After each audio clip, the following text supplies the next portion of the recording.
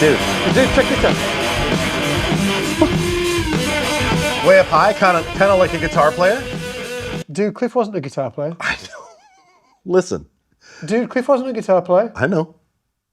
Easy. He was the bass player. He was the only bass player. Well, certainly not the only, but your favorite. The only one that actually, like anybody gives a shit about. Incorrect. Dude, Give me some names. I am a huge Newsted guy. Newsted was my guy. Newsted was nobody's guy. What? He was my guy. Trujillo! Crabman Trujillo. Come on. Jim's a Trujillo guy. Bob Rock! Bob Rock was a sub. He was never in Metallica. Bob Rock was a sub. Ron McGovney! Ron McGovney he was on the demos. He barely owned a bass. Before I get slayed in the comments, please don't slay me.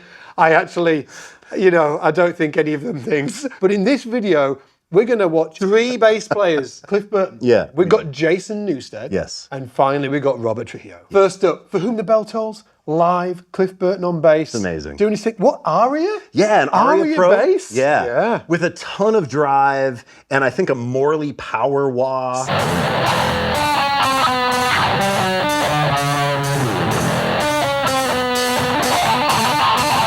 How do you do that?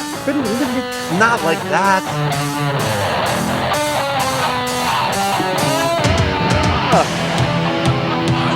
And just the head, the hair. He's definitely got the hair. We used to have the hair. I know. We used to have the hair. Oh, good times. Anyway, dude, show us this bass. Okay. He's got the wah-wah on. He's playing with his fingers. I always thought, listening to him, I always thought he was playing with the pick. Yeah, I know. He sounds so aggressive. Yeah. Okay, I'm gonna turn on a bit of fuzz, an amp simulator. I'm also gonna turn on sort of a wah, like an auto wah here. And we have this sound.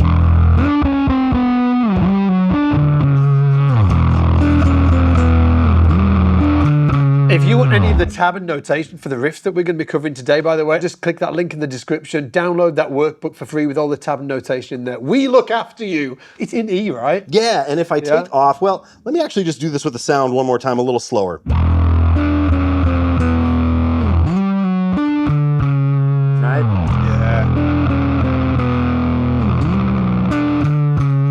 Yeah. But if I take all of this stuff off, right, it's just this. It sounds so delicate. It does, but what an epic line. All right, we're gonna move on to the next bass player. We have Jason Newsted. Jason Newsted came in on And Justice for All, and the sad thing was, what happened? The bass is basically missing from the mix. There's a whole story about it. You're gonna watch this producer telling you about it in a minute. But first of all, check out this sound so you can just get a vibe for what the actual album sounded like. I need help. I'm in terrible trouble and I need help. Don't you remember when you were little?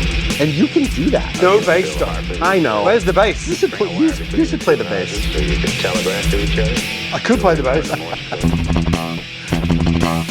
So check it out. We will show you this producer clip in a minute. I'm just going to pull it up right now. But if you're trying to do that,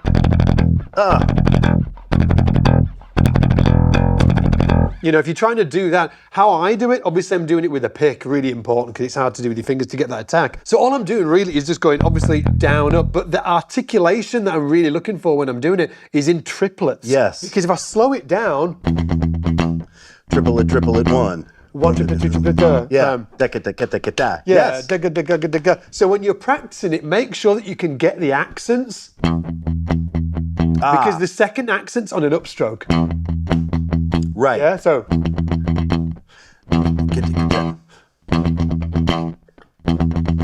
And then. Anyway, so check this out. This is the guy who mixed And Justice for All, and he's telling the story about, well, where the bass went in the mix. And he goes, okay, now the bass. And I said, great part. All right, I want you to drop the bass level down in the mix where you barely audibly can hear it. I thought it was a joke. So I did that. And then they said, all right, drop it down another 6 to 8 dB. I looked at Hetfield like this. I said, is this guy serious? Lars did him dirty. He did do him dirty. Lars, what were you thinking, dude? I wonder if those tapes existed, they could remix it. That would be awesome. If they could ever do that, that'd be amazing. Let's So- actually hear some Jason Newsted. Yeah, Black album comes out 91, I believe, and it changed my life. Massive. Huge. Massive. If you lived through that, it was bonkers. Yeah. Massive bass tone.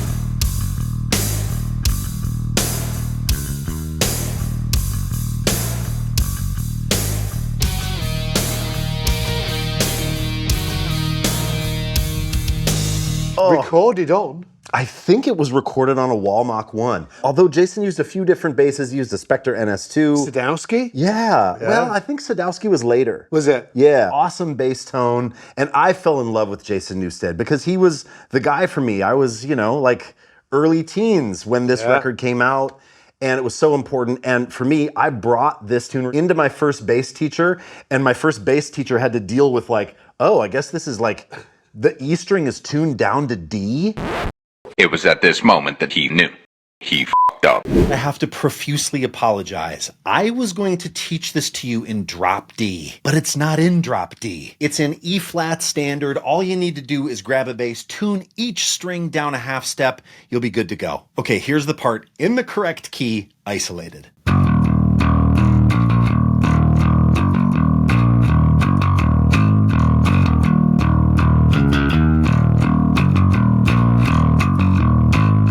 And we've got one more as well. Again, from the Black Album, Jason Newsted, obviously. This one's called My Friend of Misery. Yeah, you sound good on this, man. Check this out. It's awesome. Kind of delicate. Yeah. And then it's... And then...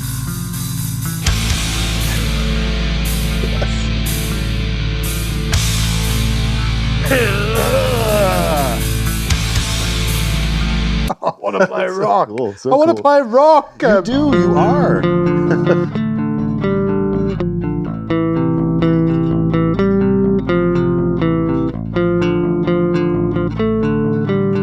That's a cool part.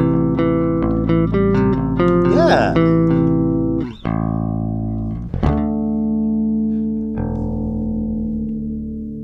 Oh, yeah. So we're going to watch a clip from a documentary called Some Kind of Monster, where they're making that album Saint Anger. And at the time, Bob Rock, Alan, I know you're a big Bob Rock guy in the house. He was playing bass. I think he's credited on the whole record on this. But they were looking for a member of Metallica, and there is an unbelievable montage that has stuck with me for years after seeing this, of them essentially auditioning all of these different bass players, and you have to listen to how different each bass player makes the band sound. It's crazy. It's crazy. Blew my mind. There's some big, famous bassists in here as well, Yes. hasn't there? Yeah. Which is strange because some of them are out of tune. I know. You think that they're taking a tune into the audition, but there you go. Anyway, okay, jump in. Check it out.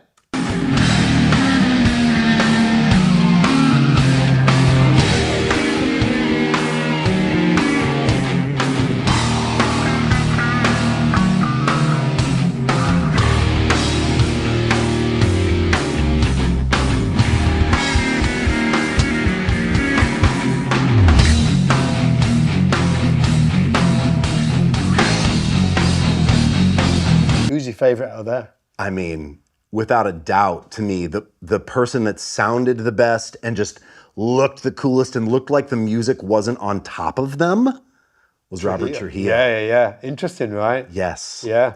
It's so cool. They picked the right guy. Oh, man. It was weird watching Eric Avery in there because it's because obviously he's not got the tone and stuff like that, Yeah. and he just generally plays different style of music. And he plays it down an octave, which, he took a risk and played it that way, kind of brought his own flavor to it. And some of them, I just feel bad for Twiggy because his bass was super out of tune. But I wonder, if it's intonation because they're just maybe down here. So maybe they did take that tune. So maybe they're in tune here, but they get up here where they because come on, yeah, you're right. Can be tricky. Right. It's all the way up here. So if your intonation is out up here, you're going to really hear it. So I do wonder if it was an intonation issue. But yeah, so my go in that was Robert Trujillo for sure. Yeah, man. And the documentary is amazing. How they bring him into the band is super cool. And he's just an absolute monster. Has his own thing, plays with his fingers mostly, He's like a beast. Cliff. Yeah, he's a beast, yeah. And just totally crushes. And we've got What band was Rob in before? Suicidal Tendencies? Suicidal Tendencies, Yeah. and he also played in Infectious Grooves. Oh, Infectious Grooves. And I was a freaking awesome fan. Yeah, check them bands out. And we're going to get into Robert Trujillo right now, actually, because we've got him here. This is live from Big Day Out, For Whom the Bell Tolls. But he actually starts it off completely different than Cliff did. His own thing, and the tone. Oh, just ferocious. It's ferocious. Check it out.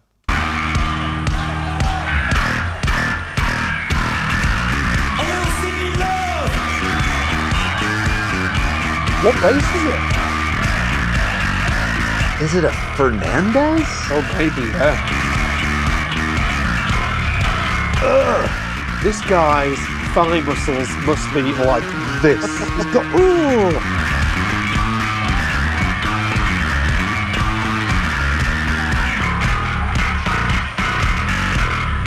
He's got funk, hasn't he? Yeah, Rob's yeah. got funk. He's Yeah, like, for sure. yeah. Like Infectious Grooves, Yes. Suicidal Tendencies,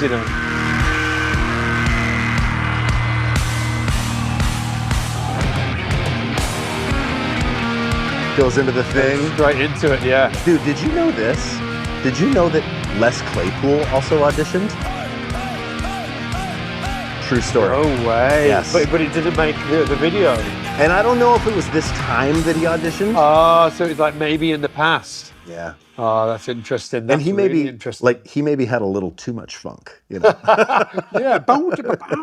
Okay, we thought it'd be great to before we get into who we actually think is the because I actually have got a favourite.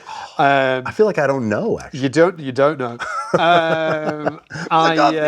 Before we get into who we actually think was the greatest Metallica bass player, or maybe who I would, if I was Hetfield, who I would have playing, because that's different.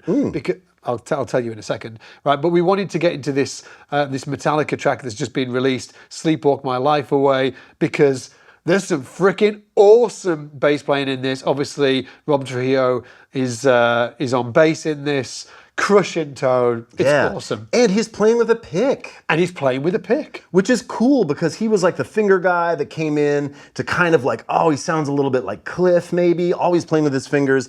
But I love that he's not dogmatic about that, can play with a pick, always growing. That's like big up to Robert. Very, very cool. Check it out.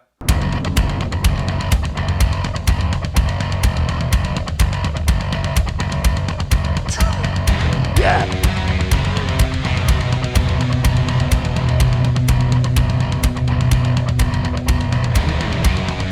So cool. Oh, so cool. Like when we first heard this, we were like, what is he doing? First of all, just start with, it's an F sharp. Yep. By the way, you need a pick. Yep. Okay. And just before you start going doing all of that stuff, just try and go up and down to begin with. I like that tempo. Uppy and a downy. And you need, it's a bit of, it's not. Yeah, a little bit of palm mute. Bit of palm mute, yeah. Are you scraping? Bit of scrape. Little bit of scrape. So Scrapage, yeah, tell him, yeah. just happens with an angle, right? So not full, not that, but not this either. It's too clean. Yeah, It's like clean. yeah. Little bit of scrape. Yeah. You do 2 groups of 2. Yep. 2 groups of 4. So 2, 2, 4, 4, 2, 4. Ooh, Yeah. That's great. That's great. Okay, twice as fast. Yeah. 2, 3, 4.